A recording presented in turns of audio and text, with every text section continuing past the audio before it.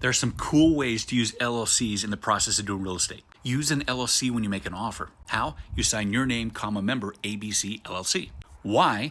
Is because you want a layer of protection. Now, it's not your intention nor mine to go breach on a contract. Who knows if something goes south? But if it does, you want the LLC in front protecting you and not coming to you and your personal items. As a side note, that LLC should not have any cash or assets. Secondly, more obviously, an LLC to hold property. If you've got rentals, you want an LLC. Why?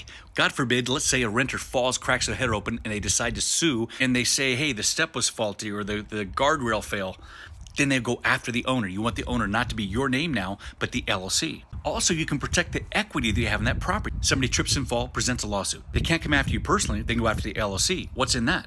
If you owe $250,000, it's worth $400,000, you got $150,000 of equity. A lawsuit could easily force you to sell. But if you have another LLC corporation that has a lien in second position, there is no equity. Let's say you do a short-term rental. You've got to furnish the entire place. All those furnishings should technically be with a separate LLC, that the LLC from your house rents and pays the LLC that holds all of the furnishings. Why? Well, for the same reasons. Maybe a tenant was being stupid and leaned back in a chair, the leg broke, and they fell back, bust their head.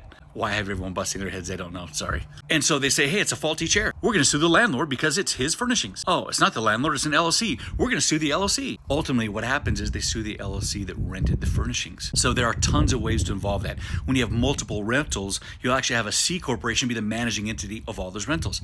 The same kind of protection exists in businesses. You can imagine me using all those examples in a business. The other one that exists in business many times is you want your employee staff to be hired out by a separate LLC that are contracted out for that particular business. This is Dave with Real Estate Scoops. I know that was a lot to chew on. Don't forget to like and follow.